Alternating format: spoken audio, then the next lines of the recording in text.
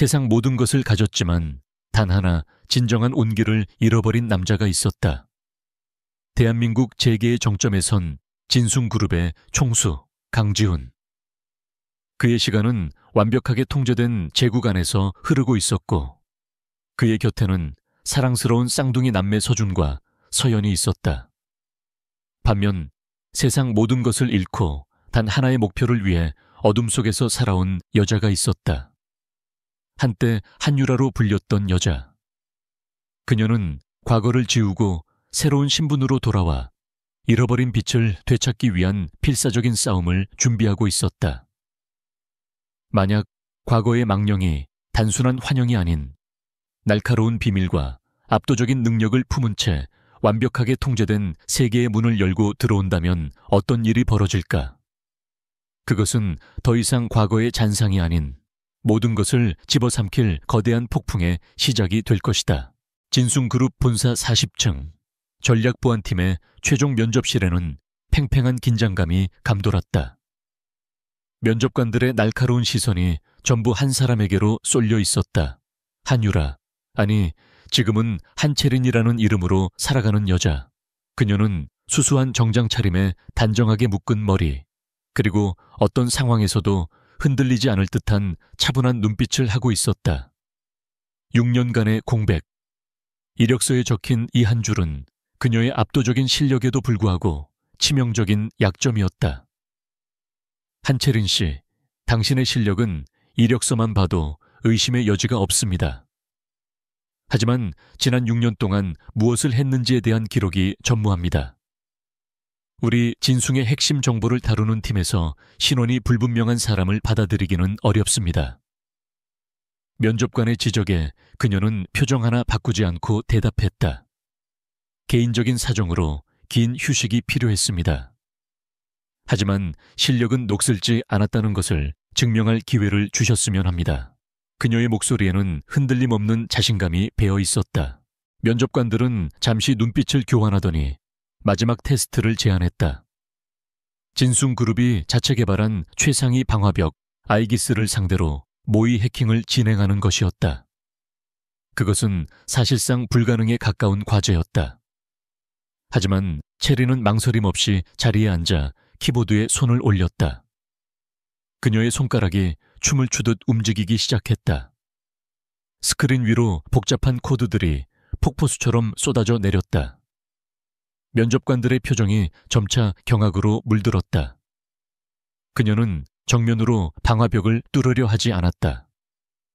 대신 시스템의 가장 깊숙한 곳에 숨겨진 미세한 논리적 허점을 파고들었다. 그것은 설계자조차 인지하지 못했던 바늘구멍 같은 약점이었다. 10분 후 아이기스의 철벽 같은 방어 시스템이 무력화되었다는 메시지가 화면에 떠올랐다. 면접실에는 침묵만이 흘렀다. 그녀는 자리에서 일어나 담담하게 말했다. 이제 제 실력이 증명되었습니까? 그날 한채린은 진숭그룹 전략보안팀의 신입팀원으로 합격했다. 그녀가 새로 얻은 삶의 공간은 서울 외곽의 작고 낡은 오피스텔이었다. 방 안에는 최소한의 가구 외에 그녀의 진짜 정체를 증명하는 고성능 컴퓨터와 서버 장비들이 빼곡히 들어차 있었다. 그녀의 유일한 사적인 물건은 서랍 깊숙한 곳에 숨겨둔 빛바랜 사진 한 장뿐이었다. 사진 속에는 앳된 얼굴의 그녀와 한 남자가 환하게 웃고 있었다. 그녀는 결코 그 사진을 똑바로 들여다보지 않았다. 과거의 온기는 현재의 목표를 무디게 만드는 독과 같았기 때문이다. 그녀의 목표는 오직 하나. 자신의 모든 것을 앗아간 자를 끌어내리고 단 한 번도 품에 안아보지 못한 아이들에게 떳떳한 엄마로 서는 것이었다. 진숭그룹은 그 복수의 시작점이자 아이들에게 다가갈 수 있는 유일한 통로였다. 그녀는 매일 밤 진숭의 내부 네트워크를 분석하며 그날을 준비했다. 입사 후 몇 주가 지났을 무렵 거대한 사건이 터졌다. 진숭그룹의 전산망 전체를 마비시키는 치명적인 랜섬웨어 공격이 시작된 것이다. 제로데이 공격, 즉 이제껏 알려지지 않은 새로운 취약점을 이용한 공격이었다. 본사 전체가 혼란에 휩싸였고 전략보안팀은 비상사태에 돌입했다. 팀원들이 속수무책으로 당하고 있을 때 공격은 더욱 교묘해졌다. 해커는 그룹의 메인 서버가 아닌 강지훈 회장의 개인 네트워크를 직접 타겟으로 삼았다. 그의 개인 네트워크는 그룹의 핵심 인프라와 직접적으로 연결되어 있었기에 그곳이 뚫리면 진숭그룹 전체가 무너질 수도 있는 상황이었다. 원격 접속은 추가 감염의 위험이 너무 컸다. 팀장은 절망적인 상황 속에서 얼마 전 괴물 같은 실력으로 모두를 놀라게 했던 신입 팀원 한채린을 떠올렸다. 그는 다른 선택지가 없었다. 한채린 씨, 지금 당장 회장님 댁으로 가게. 현장에서 직접 시스템을 분리해야 해. 자네만 믿겠네. 강지훈의 저택으로 향하는 차 안에서 채린은 애써 평정을 유지하려 했지만 심장이 미친 듯이 뛰고 있었다. 그녀는 언젠가 이날이 올 것이라 예상했다. 하지만 이렇게 갑작스럽게 이런 방식으로 마주하게 될 줄은 몰랐다. 6년 만의 재회. 그녀는 더 이상 과거의 한유라가 아니었다. 그의 기억 속에 남은 상처와 배신감의 주인공이 아닌 완벽한 타인 한채린으로 그의 앞에 서야 했다. 차가 서울 시내가 한눈에 내려다 보이는 평창동의 거대한 저택 앞에 멈춰 섰다. 철저한 보안 시스템을 통과해 안으로 들어서자 잘 가꿔진 정원과 현대적인 건축물이 위압적인 분위기를 풍겼다. 모든 것이 차갑고 거대하고 아름다웠지만 사람의 온기는 느껴지지 않는 박물관 같았다. 그 저택은 주인인 강지훈 그 자체를 닮아 있었다. 안내를 받아 들어간 그의 개인 서재는 어둠에 잠겨 있었다. 오직 여러 대의 모니터에서 뿜어져 나오는 푸른빛만이 공간을 채우고 있었다. 모니터 화면에는 수많은 에러 코드와 해커의 오만한 메시지가 떠 있었다. 그리고 그 앞에 한 남자가 서 있었다. 큰 키, 날카로운 턱선, 그리고 모든 감정이 거세된 듯한 차가운 눈빛. 강지훈이었다. 6년이라는 시간이 흘렀지만 그는 여전히 그녀의 기억 속 모습 그대로였다. 아니, 더욱 냉정하고 날카로워져 있었다. 그는 채린을 처음에는 알아보지 못했다. 그저 자신의 문제를 해결하기 위해 보내진 또 다른 직원에 불과했다. 그는 신경질적인 목소리로 물었다. 해결할 수 있나? 그의 목소리에는 어떠한 기대감도 담겨 있지 않았다. 채린은 그의 위압적인 기운을 애써 무시하며 노트북을 펼쳤다. 전문성이 그녀의 유일한 갑옷이었다. 그녀는 곧바로 시스템 분석에 들어갔다. 그녀의 손가락이 다시 한번 키보드 위를 날아다녔다. 그녀는 랜섬웨어의 암호화 알고리즘을 역으로 추적하기 시작했다. 시간은 흐르고 서재 안에는 오직 타자 소리만이 울려 퍼졌다. 강지훈은 팔짱을 낀 채 믿을 수 없다는 눈으로 그녀의 작업을 지켜보고 있었다. 진숭 최고의 전문가들도 해결하지 못했던 문제를 이 신입 직원이 놀라운 속도로 풀어내고 있었다. 그녀는 공격자의 코드 속에서 아주 희미하게 남겨진 서명을 발견했다. 6년 전 자신의 인생을 송두리째 바꿔놓았던 바로 그자의 흔적이었다. 심장이 철렁 내려앉았지만 그녀는 내색하지 않았다. 바로 그때였다. 서재문이 조심스럽게 열리더니 작은 아이 2명이 고개를 쏙 내밀었다. 남자아이와 여자아이, 꼭 닮은 얼굴을 한 쌍둥이였다. 아이들은 이 늦은 시간에 벌어진 소란에 잠이 깬 듯했다. 시간이 멈췄다. 채린의 모든 사고와 움직임이 정지했다. 아이들의 얼굴, 자신의 눈을 꼭 빼담고 그의 날카로운 턱선을 가진 아이들, 서준과 서연. 그녀가 목숨을 걸고 지켜냈던, 그러나 단 한 번도 만져보지 못했던 자신의 아이들이었다. 수년간 굳건히 쌓아 올렸던 이성의 벽이 한순간에 무너져 내렸다. 키보드를 두드리던 손이 허공에서 멈췄다. 호흡이 가빠졌다. 아이들 중 여자아이, 서연이 겁도 없이 그녀에게 다가왔다. 아이는 채린의 옷자락을 잡아당기며 맑은 목소리로 물었다. 아줌마는 아빠 컴퓨터 고쳐주는 착한 마녀예요? 그 순수한 질문에 채린의 눈시울이 뜨거워졌다. 아이의 방해에 짜증이 난 강지훈이 아이들을 나무라기 위해 고개를 돌렸다. 하지만 그의 시선은 아이들에게 향하지 못했다. 그는 처음으로 자신의 직원의 얼굴을 제대로 마주 보았다. 그리고 그의 세상이 무너져 내렸다. 그의 눈에 들어온 것은 자신의 아이들을 바라보는 한 여자의 경이롭고 슬프고 지독한 그리움이 뒤섞인 표정이었다. 그는 그 표정을 본능적으로 알 수 있었다. 그리고 그는 여자의 얼굴을 다시 한번 자세히 뜯어보았다. 살짝 올라간 입꼬리, 그녀가 항상 가리려고 했던 눈 밑의 작은 점. 기억의 파편들이 거대한 파도처럼 밀려와 그의 머릿속을 강타했다. 6년 전 자신을 배신하고 모든 것을 앗아간 뒤 연기처럼 사라졌다고 믿었던 여자. 죽은 줄로만 알았던 혹은 영원히 증오해야 할 이름. 그의 입술이 경련하듯 떨리며 쇠가 긁히는 듯한 소리를 냈다. 한유라. 그 이름이 불리는 순간 서재 안의 모든 공기가 얼어붙었다. 거대한 폭풍이 마침내 그의 성 안으로 들이닥친 것이었다. 한유라. 그 이름이 서재의 차가운 공기 속에 박제된 나비처럼 떠다녔다. 한유라, 아니 한채리는 그 목소리에 온몸의 피가 얼어붙는 것을 느꼈다. 하지만 그녀는 6년 동안 이 순간을 위해 수없이 많은 시뮬레이션을 거쳤다. 그녀는 미세한 떨림을 억누르며 천천히 고개를 들었다. 그녀의 눈빛은 완벽한 타인의 그것이었다. 혼란스럽고 당황스러우며 눈앞의 남자가 왜 자신에게 그런 이름을 부르는지 전혀 이해하지 못하는 눈빛. 강지훈의 눈은 믿음과 불신, 증오와 희미한 과거의 잔영이 뒤섞인 채 격렬하게 흔들리고 있었다. 아이들은 두 어른 사이에 흐르는 살얼음 같은 분위기를 감지하고 겁을 먹은 채 서로의 손을 꼭 잡았다.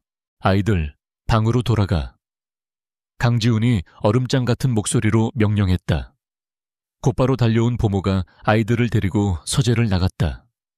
문이 닫히는 순간 강지훈은 한치의 망설임도 없이 채린의 팔을 거칠게 붙잡았다. 그의 소나기 힘은 그녀의 뼈를 으스러뜨릴 듯했다. 정체가 뭐야? 무슨 꿍꿍이로 다시 나타난 거지? 그의 목소리는 분노로 낮게 잠겨 있었다. 그는 그녀가 과거에 망령이거나 혹은 자신을 무너뜨리기 위해 적들이 보낸 정교한 함정일 것이라 생각했다. 하지만 체리는 그의 분노 앞에서도 무너지지 않았다. 그녀는 자신의 역할, 한채린을 연기해야만 했다. 회장님, 무슨 말씀이신지 모르겠습니다. 제 이름은 한채린입니다. 그녀는 고통을 참으며 그의 눈을 똑바로 응시했다. 그리고는 아직도 깜빡이는 모니터를 턱짓으로 가리켰다. 시스템이 아직 완전히 복구되지 않았습니다. 지금은 개인적인 감정보다 회사의 안위가 먼저 아닐까요? 그녀의 침착한 지적에 강지훈은 순간 말을 잃었다. 그녀의 말은 옳았다. 진숭그룹 전체가 위험에 처한 상황이었다. 그는 거칠게 숨을 몰아쉬며 그녀의 팔을 놓았다. 두 사람 사이에는 다시 팽팽한 침묵이 흘렀다. 체리는 아무 일도 없었다는 듯 다시 컴퓨터 앞에 앉아 작업을 마무리하기 시작했다. 그녀는 완벽하게 네트워크를 보호하고 공격의 진원지를 역추적했다. 하지만 예상대로 공격자는 여러 개의 유령 회사를 거친 뒤라 흔적은 끊겨 있었다. 이것 또한 그녀의 계획 일부였다. 섣불리 꼬리를 잡히게 할 수는 없었다. 모든 상황이 종료되고 시스템이 안정화되자 체리는 자리에서 일어났다. 하지만 강지훈은 그녀를 보낼 생각이 없었다. 그는 즉시 자신의 비서에게 최고 수준의 보안 등급으로 한채린이라는 인물에 대한 신원 조회를 명령했다. 그녀의 과거, 가족, 친구, 모든 것을 샅샅이 뒤지라는 지시였다. 결과는 몇 분 만에 나왔다. 너무나 완벽해서 오히려 의심스러울 정도였다. 고아로 태어나 지방의 보육원에서 자랐고 장학금으로 대학을 마친 뒤 평범한 IT 회사에서 근무하다 진숭그룹에 지원한 것. 그녀와 그녀의 동맹이 수년에 걸쳐 만들어낸 가짜 신분은 흠잡을 곳 하나 없었다. 강지우는 혼란에 빠졌다. 자신이 미쳐가는 것일까? 아니면 저 여자가 자신이 사랑하고 증오했던 여자와 그저 똑같이 생긴 것뿐일까? 그는 결론을 내릴 수 없었다. 그래서 한 가지 결정을 내렸다. 가장 가까운 곳에 두고 감시하는 것. 한채린 씨, 내일부터 당신은 전략보안팀이 아닌 내 개인 비서실 소속으로 발령될 거요. 회장 직속 보안 담당으로. 그것은 승진을 가장한 감옥이었다. 체리는 속으로 안도의 한숨을 쉬었다. 그의 곁에 머물게 되었다. 그녀의 계획에서 가장 중요한 첫 단추가 끼워진 순간이었다. 다음 날부터 체린의 새로운 업무가 시작되었다. 그녀는 그의 모든 일정을 함께하며 그의 주변을 맴돌았다. 그리고 자연스럽게 아이들과 마주치는 시간도 늘어났다. 서연은 처음부터 그녀를 유독 따랐다. 아빠처럼 과묵하고 경계심이 강한 서준과는 달랐다. 어느 날 오후 정원에서 아이들이 놀고 있을 때였다. 서연이 뛰어가다 발이 걸려 넘어지면서 무릎이 까졌다. 아이의 울음소리가 터져 나오자 보모가 달려오기도 전에 체린의 몸이 먼저 반응했다. 그녀는 본능적으로 아이에게 달려가 무릎을 꿇고 앉았다. 괜찮아, 괜찮아. 아줌마가 호해줄게. 그녀의 목소리는 자신도 모르게 한없이 부드러워져 있었다. 그녀가 다친 무릎에 조심스럽게 입김을 불어주자 서연은 신기하게도 울음을 그쳤다. 강지우는 서재 창문 너머로 그 광경을 모두 지켜보고 있었다. 그의 가슴 속에서 무언가 딱딱하게 굳어있던 것이 저릿하게 울렸다. 저 여자에게서 느껴지는 모성애, 그리고 아이가 본능적으로 그녀에게 안정을 느끼는 모습, 그것은 결코 영이일 수 없었다. 의심과 혼란이 그의 마음을 더욱 복잡하게 헤집었다. 같은 시각 서울의 한 고급 호텔 연회장에서는 재계 거물들의 만찬이 한창이었다. 그 중심에는 진숭그룹의 경쟁사이자 대한민국 경제를 뒤에서 주무르는 TEI그룹의 박태만 회장이 있었다. 그는 강지훈의 외삼촌이자 한때는 그의 가장 든든한 후원자 행세를 했던 인물이었다. 사람 좋은 미소 뒤에 탐욕스러운 속내를 감춘 그는 주변 사람들과 와인잔을 부딪히며 담소를 나누고 있었다. 그때 그의 수하로부터 은밀한 전화가 걸려왔다. 진숭그룹을 향한 사이버 공격이 실패했으며 한채린이라는 신입 직원이 단신으로 공격을 막아냈다는 보고였다. 박태만 회장의 눈빛이 순간 차갑게 빛났다. 한채린이라는 이름은 생소했지만 자신의 최정예 해커팀을 막아낼 정도의 실력자라는 사실이 그의 심기를 건드렸다. 그는 낮은 목소리로 명령했다. 그 한채린이라는 여자, 뒷조사 깨끗하게 해봐. 먼지 한 톨까지 전부. 아직 그는 폭풍의 핵이 자신의 발밑까지 다가왔다는 사실을 알지 못했다. 그날 밤 자신의 작은 오피스텔로 돌아온 체리는 지친 몸을 소파에 던졌다.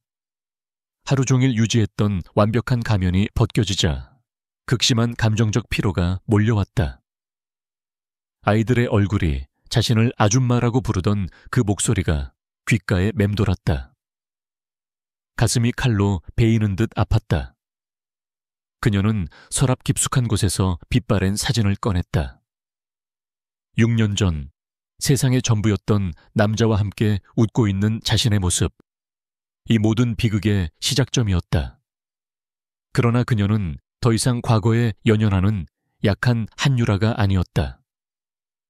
그녀는 사진을 뒤집어 놓고 다시 컴퓨터 앞에 앉았다. 오늘 낮에 분석했던 공격 코드의 잔해를 다시 띄웠다.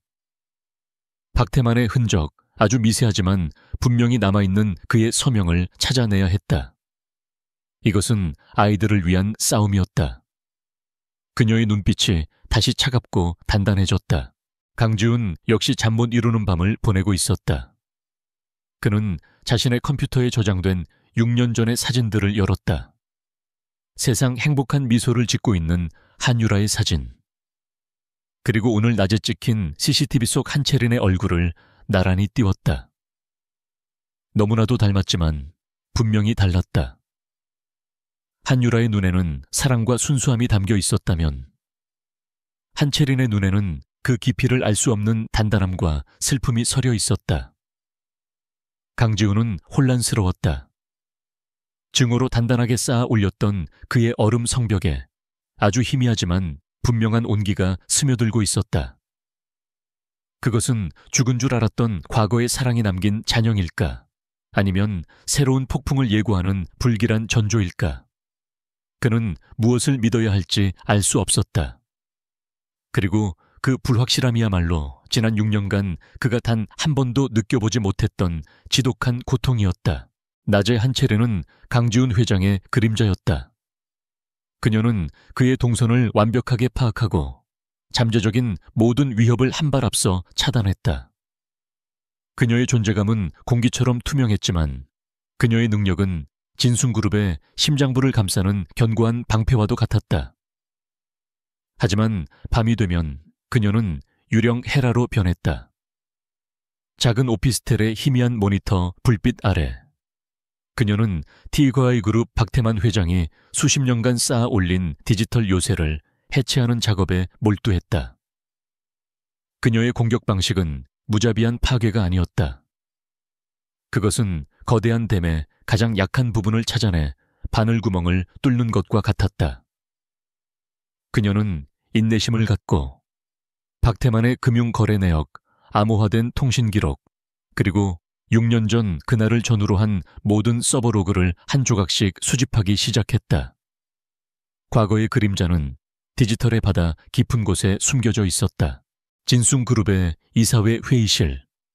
신사업 프로젝트에 대한 보고가 한창일 때 갑자기 한 이사의 태블릿 화면이 멋대로 조작되며 조롱하는 듯한 이미지가 떠올랐다. 회의는 중단되었고 보안팀은 당황했다. 사소하지만 그룹의 보안에 대한 신뢰를 뒤흔들 수 있는 사건이었다. 모두가 우왕좌왕할 때 강지훈의 뒤에 서 있던 채린이 조용히 나섰다. 그녀는 단 몇 분 만에 해당 이사가 외부에서 보낸 스피어 피싱 이메일을 열었다는 사실을 밝혀내고 네트워크에서 해당 기기를 즉시 분리 조치했다. 더 나아가 그녀는 이번 사건을 계기로 임원진의 보안 프로토콜에 심각한 허점이 있음을 지적하고 즉각적인 개선안을 제시했다. 강지훈은 이 모든 과정을 묵묵히 지켜보았다. 저 여자 한채린의 능력은 의심의 여지가 없었다. 저렇게 철두철미하고 원칙을 중시하는 사람이 과연 6년 전 그런 허술한 방식으로 배신을 저질렀을까? 의심은 꼬리를 물고 그의 머릿속을 헤집었다. 결국 강지훈은 더 이상 과거의 상처에 갇혀 있기를 거부했다. 그는 자신의 가장 신임하는 부하인 조상무를 집무실로 불렀다. 그는 조상무에게 6년 전에 한유라 데이터 유출 사건 파일을 조용히 다시 가져오라고 지시했다. 오래된 미제 사건을 재검토하는 차원이라는 핑계를 댔지만 그의 눈빛은 그 이상의 무언가를 말하고 있었다. 6년 전 그는 외삼촌인 박태만 회장의 말과 눈앞에 제시된 단 하나의 데이터 전송 로그만을 믿었다. 사랑했던 여자에게 배신당했다는 충격과 분노가 그의 모든 이성적인 판단을 마비시켰었다. 하지만 이제 한채린이라는 존재가 그의 굳어있던 확신에 균열을 내기 시작했다. 그는 자신의 손으로 직접 진실을 확인해야만 했다. 한편 채린의 단독 조사는 거대한 암초에 부딪혔다. 박태만의 과거 비자금 흐름이 담긴 핵심 서버는 물리적인 보안키와 생체 인증 없이는 접근이 불가능한 마지막 방어벽으로 보호받고 있었다. 그녀의 해킹 기술만으로는 넘을 수 없는 벽이었다. 그녀는 마지막 수단을 떠올렸다. 과거 국정원 시절 자신의 멘토이자 최고의 파트너였던 남자, 코드네임 헤르메스. 그는 그녀가 사라진 직후 의문의 훈련 사고로 사망했다고 알려진 인물이었다.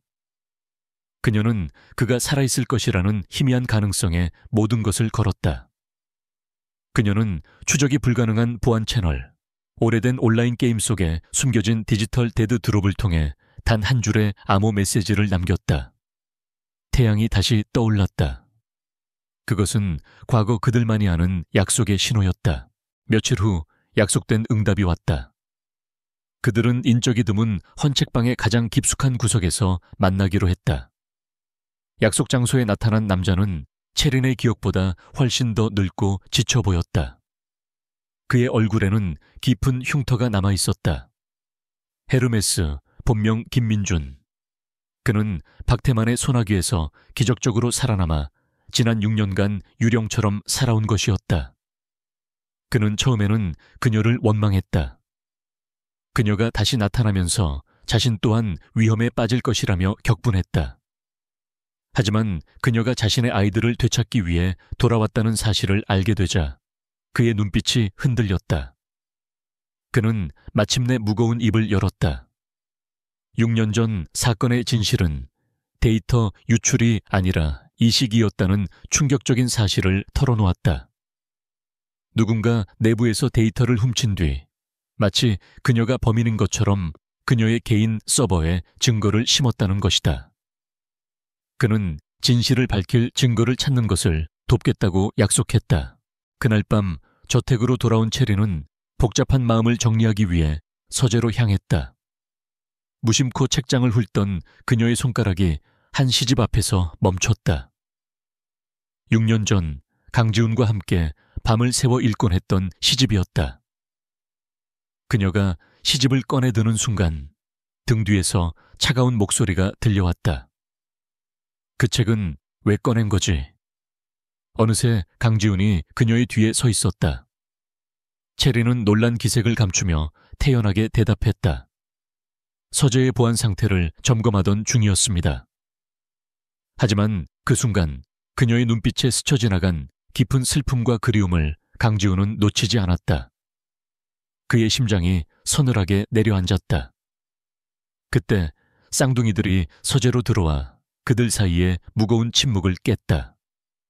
서연이 체린의 손에 들린 시집을 보며 물었다.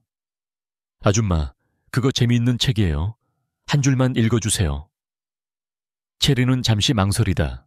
과거 그가 가장 좋아했던 구절을 나지막이 읊었다. 아이들은 그 뜻을 몰랐지만 그녀의 목소리에 담긴 아련함에 조용히 귀를 기울였다. 강지훈은 그 모습을 보며 지독한 아이러니에 휩싸였다. 늦은 밤 강지훈은 자신의 집무실에서 조상무가 가져온 6년 전 사건 파일을 펼쳤다. 빛바랜 보고서와 복잡한 데이터 로그들을 훑어보던 그의 날카로운 눈이 한 지점에서 멈췄다. 타임스탬프의 이상. 범죄의 증거로 제출되었던 데이터 전송 로그와 서버 접속 로그 사이에 인간의 눈으로는 거의 인지할 수 없는 0.1초의 미세한 시간 차이가 존재했다. 그것은 누군가 원격으로 서버에 접속해 파일을 수정한 뒤 전송한 것처럼 보이게 조작했다는 것을 의미하는 디지털 지문이었다. 완벽한 조작, 그러나 그 조작이 남긴 아주 미세한 흉터. 과거의 그림자는 더 이상 희미한 기억이 아니었다. 그것은 거대한 음모의 실체였고 그는 그 한복판에 서 있었다. 그의 눈에 차가운 분노가 이글거렸다. 그 분노는 더 이상 자신을 배신했다고 믿었던 여자를 향한 것이 아니었다. 그들의 모든 것을 앗아간 보이지 않는 적을 향한 것이었다. 진숭그룹 본사의 평범한 오후는 단 한순간에 산산조각 났다. 모든 직원의 모니터에 해골 모양의 붉은 경고창이 떠오르며 시스템이 마비되기 시작했다. 이것은 지난번의 랜섬웨어와는 차원이 다른 공격이었다. 몸값을 요구하는 대신 시스템의 모든 데이터를 영구적으로 파괴하도록 설계된 최악의 와이퍼, 악성 코드였다. 진숭그룹이 수십 년간 쌓아 올린 연구개발 자료, 재무기록, 고객 정보, 그 모든 것이 단 몇 분 안에 디지털 먼지로 사라질 위기였다. 그룹의 심장부인 종합상황실은 아비규환에 빠졌다. 전략보안팀은 속수무책이었고 절망적인 비명만이 가득했다.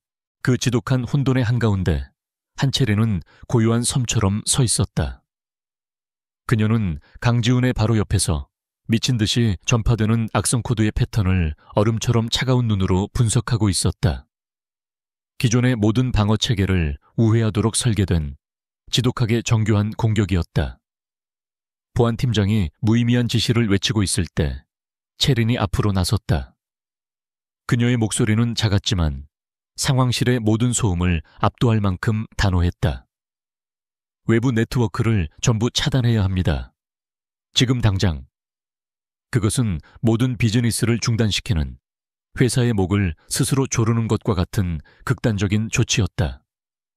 하지만 바이러스의 확산을 막을 유일한 방법이기도 했다. 임원들이 망설이는 순간 강지훈이 결단을 내렸다. 그는 채린의 눈에 담긴 확신을 보았다. 그녀가 시키는 대로 해. 그의 명령은 그녀에 대한 완전한 신뢰의 선언과도 같았다. 외부 네트워크가 차단되면서 진숭그룹은 거대한 디지털 고립 지대가 되었다. 하지만 전쟁은 이제부터 시작이었다. 와이퍼 악성 코드는 여전히 내부 서버를 좀먹고 있었다. 체리는 키보드 앞에 앉아 즉석에서 카운터 바이러스를 코딩하기 시작했다. 그것은 체스 그랜드마스터가 상대의 다음 수를 예측하며 판을 짜는 것과 같은 숨막히는 두뇌 싸움이었다. 그녀의 손가락 아래에서 수만 줄의 코드가 생명을 얻어 악성 코드와 맞서 싸웠다. 강지훈은 그 광경을 넋을 잃고 바라보았다. 그는 그동안 수많은 천재들을 봐왔지만 이처럼 극한의 압박 속에서 침착함과 우아함을 잃지 않는 사람은 처음이었다. 그는 어느새 단순한 관찰자가 아니었다. 그는 그녀에게 커피를 가져다 주고 그녀의 지시를 다른 팀원들에게 전달하며 이 위기 속에서 그녀의 가장 든든한 파트너가 되어가고 있었다. 악성 코드와 사투를 벌이던 체리는 공격이 진숭그룹의 최고위급 임원 계정을 통해 내부에서 시작되었다는 사실을 깨달았다. 명백한 내부 소행이었다. 그녀는 시스템 완전 파괴까지 불과 몇 초를 남기고 가까스로 와이퍼를 무력화하는 데 성공했다. 하지만 그녀는 거기서 멈추지 않았다. 그녀는 공격자가 피해 상황을 확인하기 위해 다시 돌아올 것이라 예측했다. 그녀는 마치 중요한 백업 데이터가 저장된 것처럼 보이는 가짜 서버, 즉 허니팟, 허니팟을 만들어 내부 반역자를 잡기 위한 덫을 놓았다. 그것은 눈앞의 문제 해결을 넘어 적의 심장부에 칼을 꽂으려는 그녀의 치밀한 전략가적 면모를 보여주는 것이었다. 길고 긴 사투가 끝났다. 상황실에는 탈진한 안도의 한숨과 조용히 회복 중인 서버의 소음만이 남았다. 아드레날린이 걷히자 강지훈과 체리는 극도의 감정적 허탈감에 휩싸였다. 두 사람은 잠시 아무 말 없이 서로를 바라보았다. 마침내 강지훈이 입을 열었다. 그의 표정에서는 평소의 냉정함이 모두 사라져 있었다. 고맙소. 그 한마디에는 단순한 감사를 넘어선 복잡한 감정이 담겨 있었다. 그는 떨리는 목소리로 덧붙였다. 내가 당신을 오해했어. 그것은 그의 강철 같던 갑옷에 생긴 돌이킬 수 없는 균열이었다. 강지훈은 그녀를 자신의 집무실로 이끌었다. 굳게 닫혀있던 감정의 댐이 마침내 무너져 내렸다. 그는 고통스러운 목소리로 물었다. 왜 당신이 배신한 게 아니라면 6년 전에 대체 무슨 일이 있었던 거요? 왜 사라져야만 했지? 이번에는 체린도 한체린이라는 가면 뒤에 숨지 않았다. 그녀는 진실의 일부를 털어놓았다. 자신이 누군가의 함정에 빠졌으며 소중한 것을 지키기 위해 사라져야만 했다고. 하지만 아직 확실한 증거가 없기에 박태만 회장의 이름을 직접 거론하지는 못했다. 그들의 대화는 6년간 묵혀두었던 아픔과 후회, 그리고 끔찍한 진실의 서막으로 가득 차 있었다. 그는 비로소 그녀가 겪었을 고통의 깊이를 어렴풋이 짐작하게 되었다. 그때 강지훈에게 긴급 전화가 걸려왔다. 박태만 회장이었다. 그는 이번 공격에 대해 심히 우려하는 척하며 은근슬쩍 내부 정보를 떠보려 했다. 심지어 무능한 보안팀 전체를 해고해야 한다고 부추기기까지 했다. 꿀처럼 달콤한 말 속에 숨겨진 독을 강지훈은 처음으로 느낄 수 있었다. 그는 채린을 한번 바라본 뒤 수화기에 대고 얼음처럼 차가운 목소리로 말했다. 걱정해 주셔서 감사합니다, 외삼촌. 하지만 저는 제 팀을 전적으로 신뢰합니다.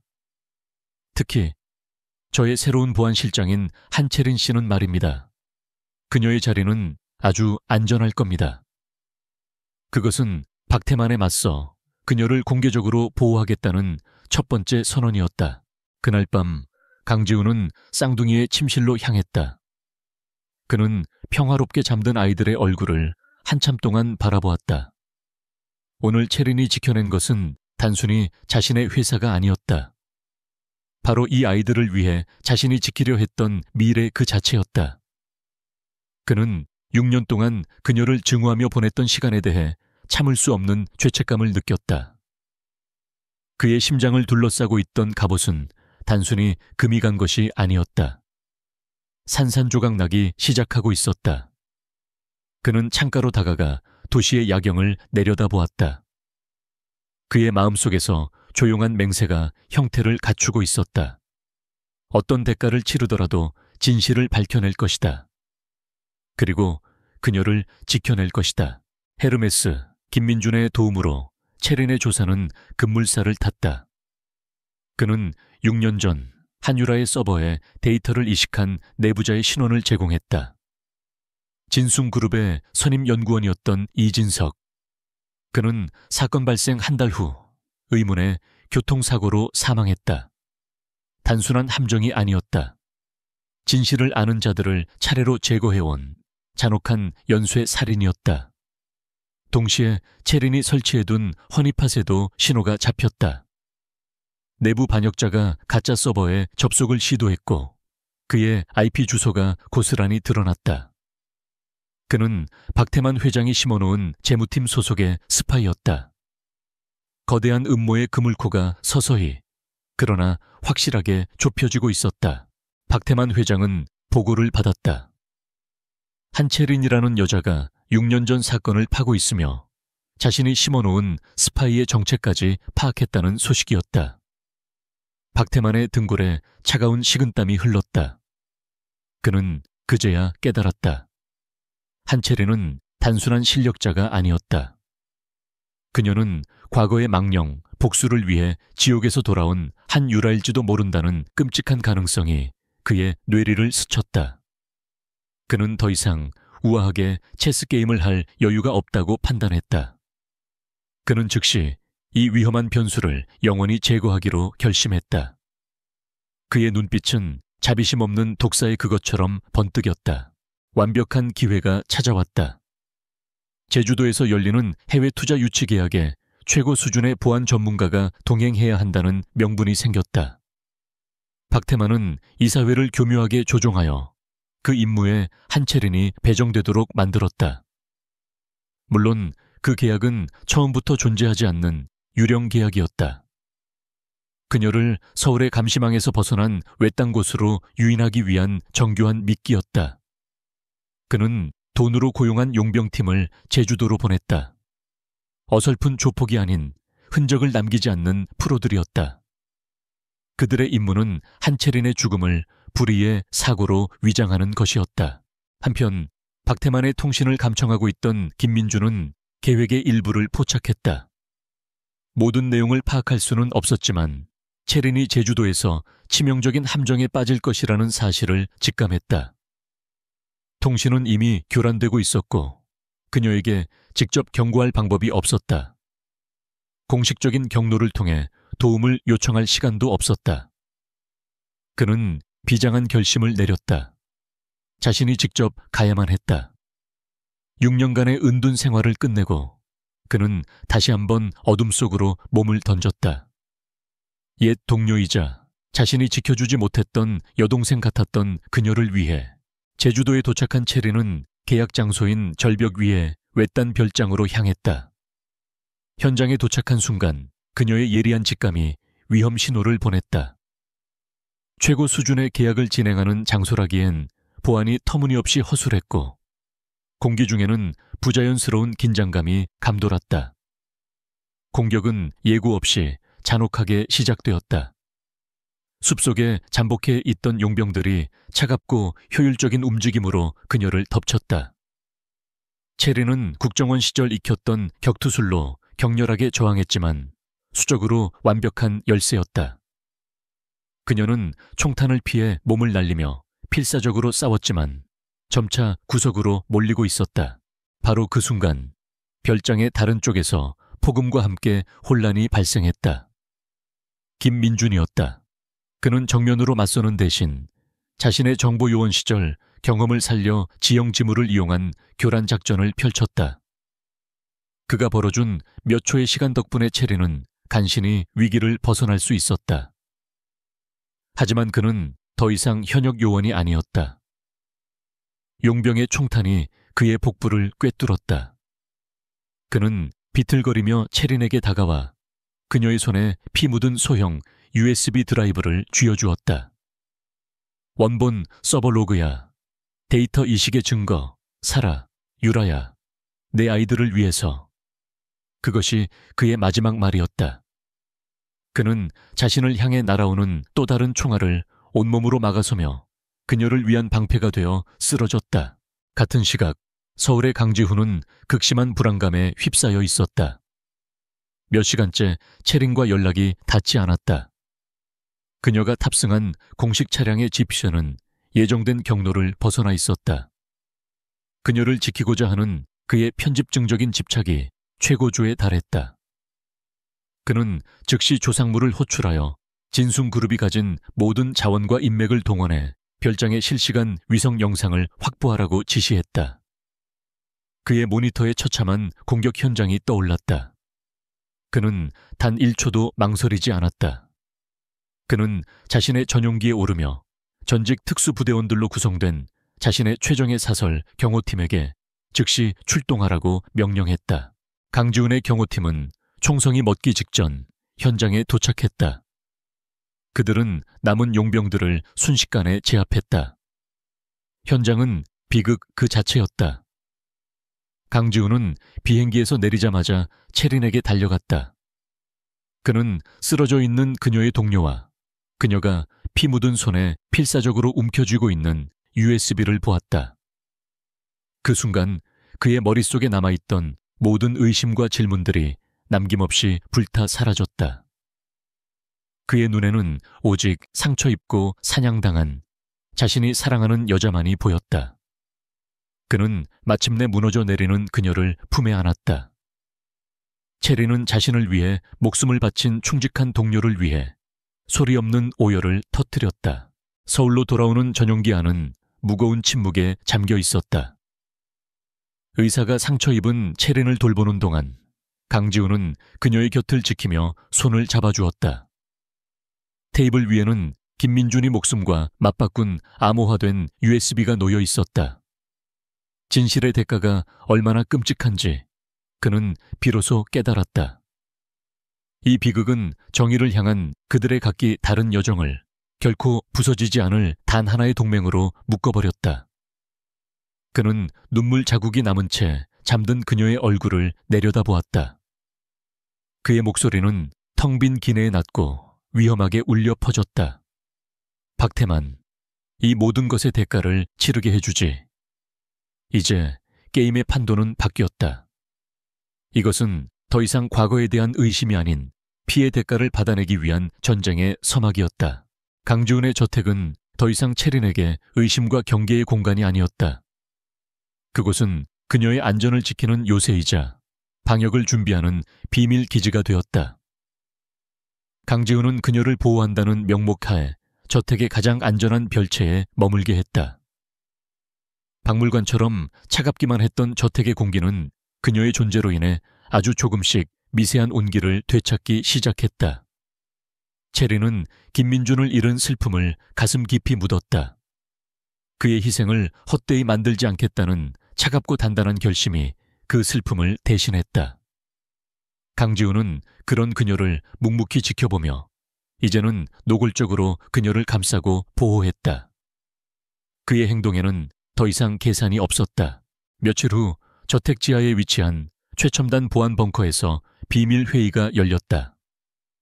참석자는 강지훈, 채린, 그리고 강지훈이 가장 신뢰하는 조상무, 단 3사람뿐이었다. 그들은 김민준이 목숨과 맞바꾼 USB의 암호를 해독했다. 그 안에는 6년 전 사건의 진실을 담은 조작되지 않은 원본 서버 로그 파일이 고스란히 들어있었다. 그것은 박태만의 범죄를 입증할 결정적인 무기였다. 뿐만 아니라 김민준이 수년간 단독으로 조사해온 박태만의 부패 네트워크, 유령 회사 목록, 그리고 정계와의 검은 유착 관계에 대한 방대한 자료도 함께였다. 거대한 악의 제국의 실체가 그들 앞에 낱낱이 드러났다. 이제 그들은 이 강력한 무기를 어떻게 사용할 것인지 계획을 세워야 했다.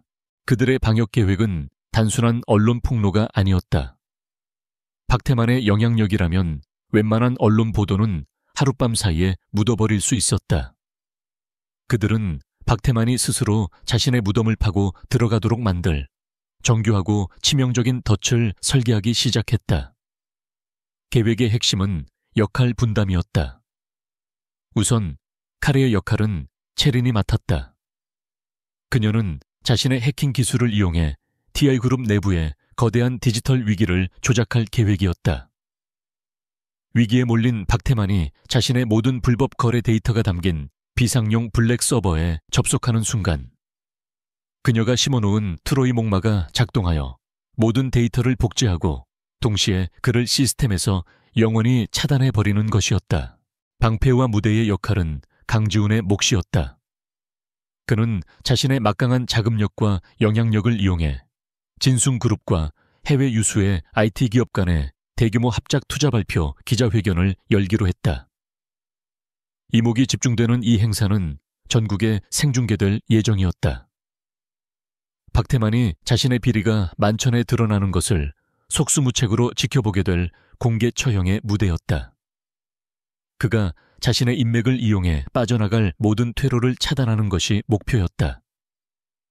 마지막으로 지상군의 역할은 조상무가 담당했다.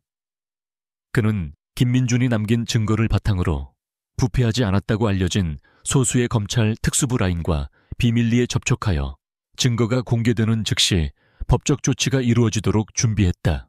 치밀한 복수를 계획하는 동안 역설적으로 그들의 개인적인 관계는 재건되고 있었다.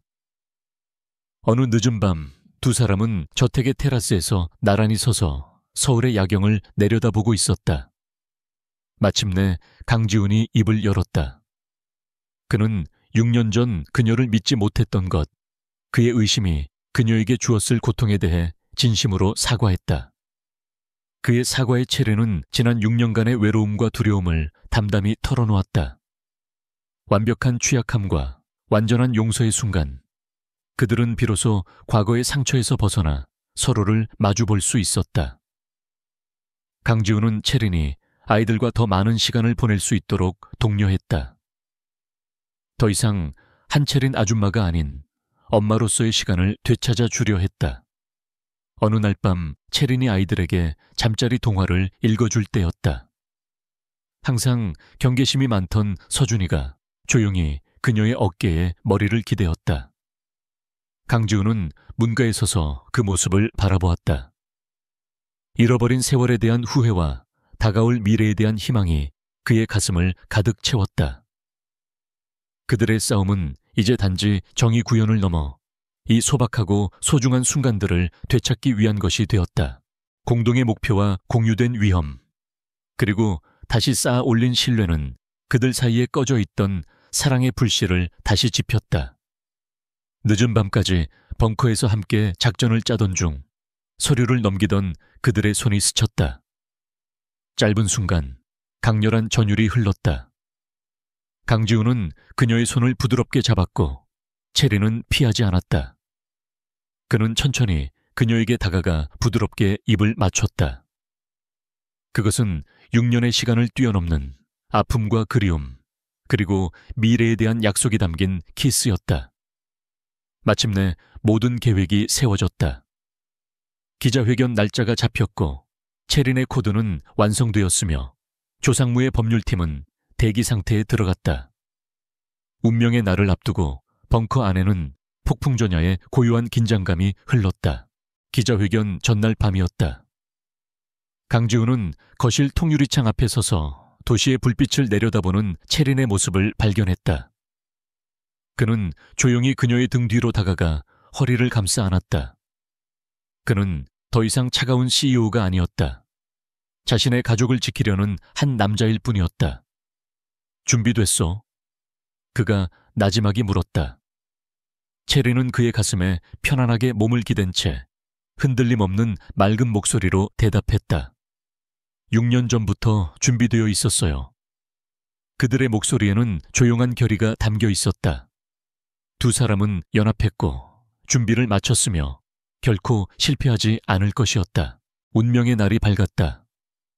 진숭그룹 본사 대강당은 수백 명의 기자와 투자자, 재계 인사들로 발 디딜 틈이 없었다.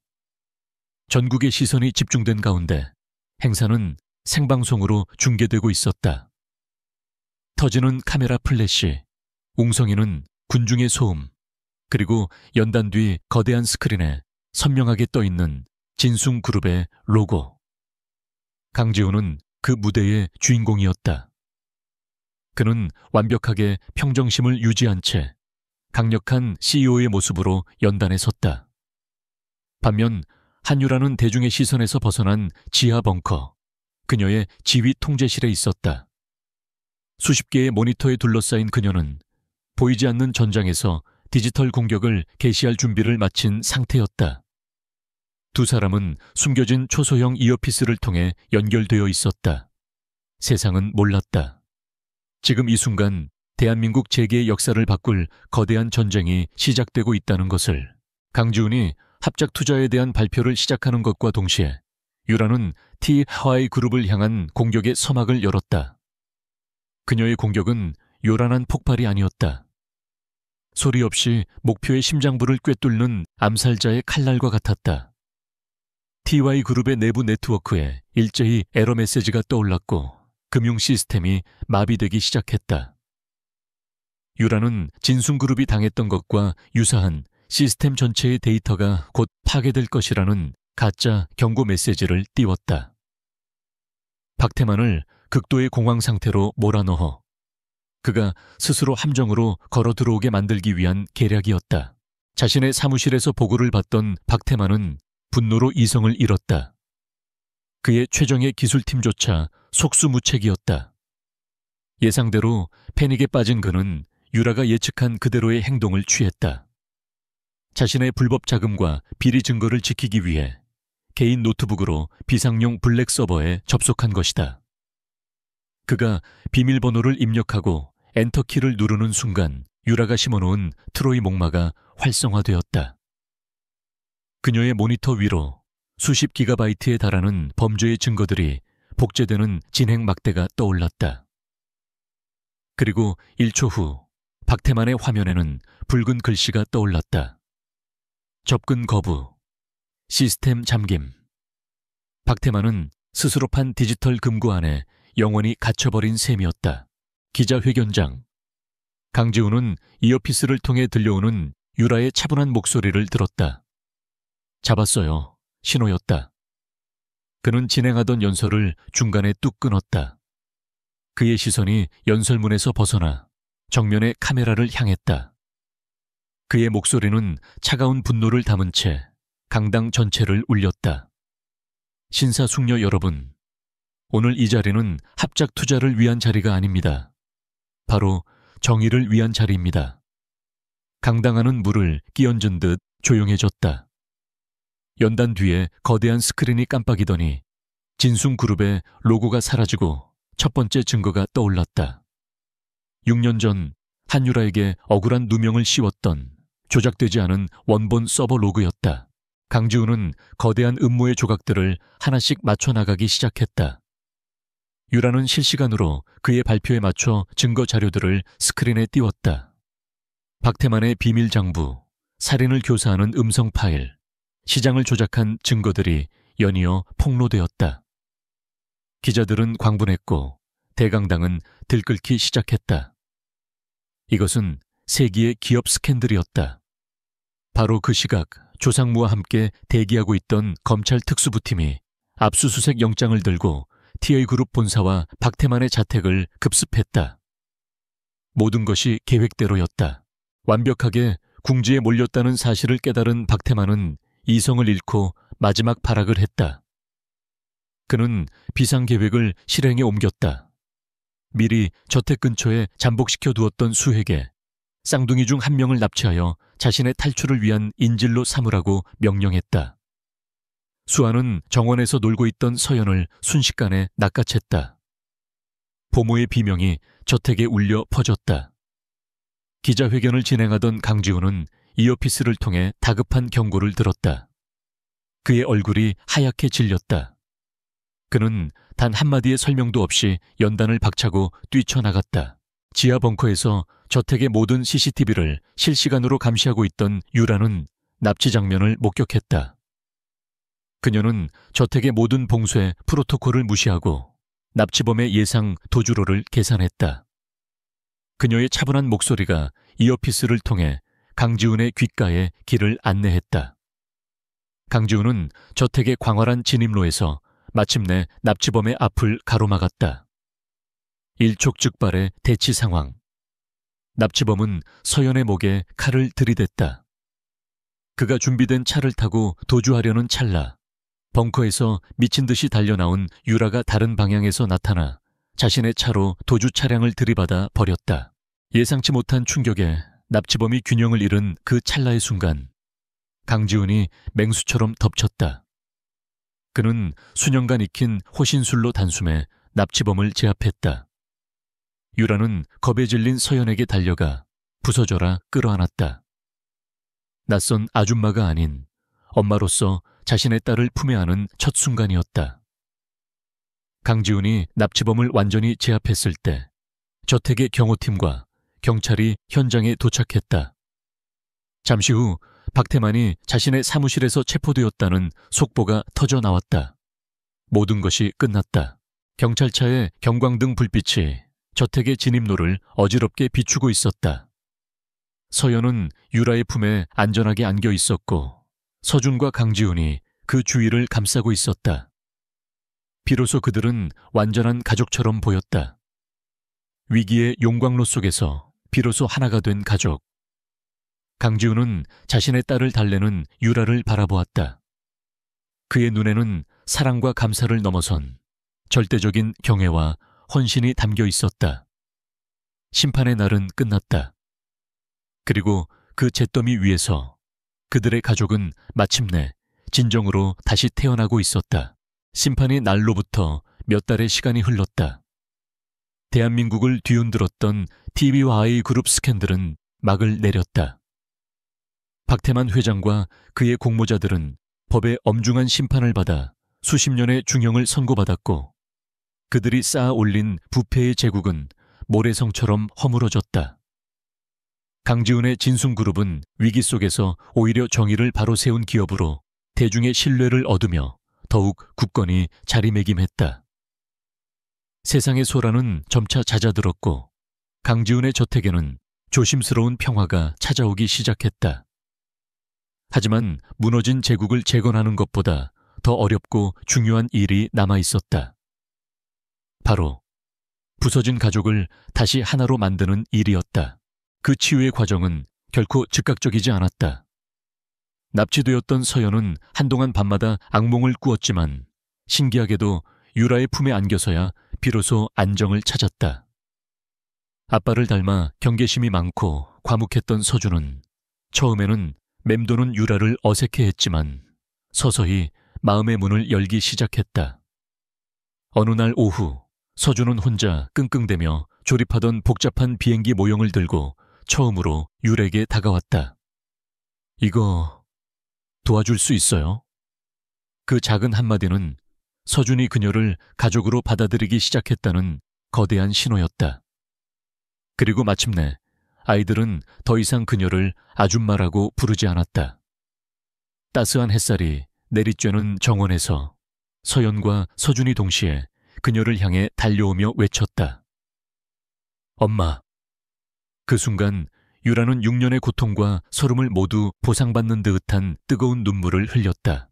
유라는 공식적으로 진순그룹에 사직서를 제출했다. 헤라와 한채린이라는 차가운 갑옷을 벗어던지고 그녀는 이제 오롯이 엄마 한유라로서의 삶을 되찾고 싶었다. 6년 동안 꿈속에서만 그리던 평범한 일상이 그녀에게 찾아왔다. 아이들을 위해 아침 식사를 준비하고 넘어져까진 무릎에 약을 발라주고 잠들기 전 동화책을 읽어주는 모든 순간이 그녀에게는 기적과도 같았다. 어느 주말 그녀는 혼자 조용한 공원 묘지를 찾았다. 김민준의 묘비 앞에 하얀 국화를 내려놓은 그녀는 그의 희생에 감사하며 그의 목까지 행복하게 살겠다고 조용히 약속했다. 강지훈 역시 완전히 다른 사람이 되어 있었다. 냉혹한 기업 총수의 얼굴 뒤에 숨겨져 있던 따뜻하고 다정한 아버지이자 한 남자의 모습이 드러났다.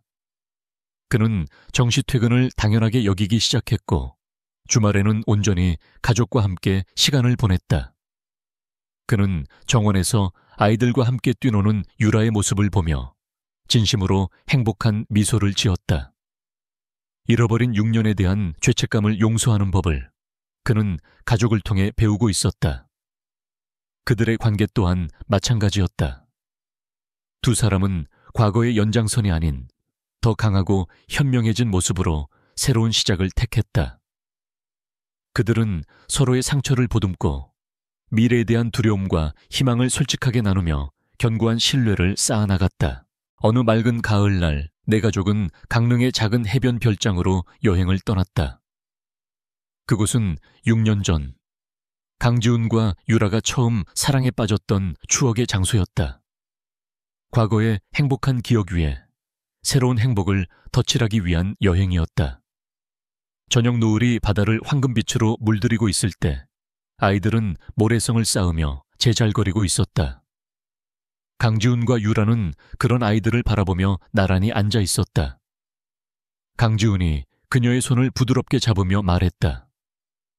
당신은 진순그룹만 구한 게 아니야. 나 자신을 가두고 있던 차가운 감옥에서 나를 구해줬어. 그는 자리에서 일어나 그녀의 앞에 한쪽 무릎을 꿇었다. 그의 손에는 화려한 보석 대신 그들의 추억이 담긴 작은 조약돌 반지가 들려 있었다. 한유라 씨, 나와 그리고 우리 아이들과 함께 이 차가웠던 집에 따뜻한 웃음소리를 채워주지 않겠소? 나와 결혼해 주시오. 그때 아이들이 조개 껍데기를 주워들고 달려와 그들 주위를 맴돌았다. 유라는 행복의 눈물을 흘리며 고개를 끄덕였고 아이들은 영문도 모른 채 박수를 치며 환호했다. 1년 후 강지훈의 저택정원에서는 작은 결혼식이 열렸다. 조상물을 비롯한 몇몇에 가까운 지인들만 초대된 자리. 서준과 서연이 반지를 들고 부모님에게 달려가는 모습은 세상 그 어떤 결혼식보다 아름다웠다. 끔찍한 기억이 서려 있던 그 정원은 이제 행복한 웃음소리로 가득 찬 공간으로 다시 태어났다. 마지막 장면은 어느 평화로운 여름날 저녁의 풍경이다.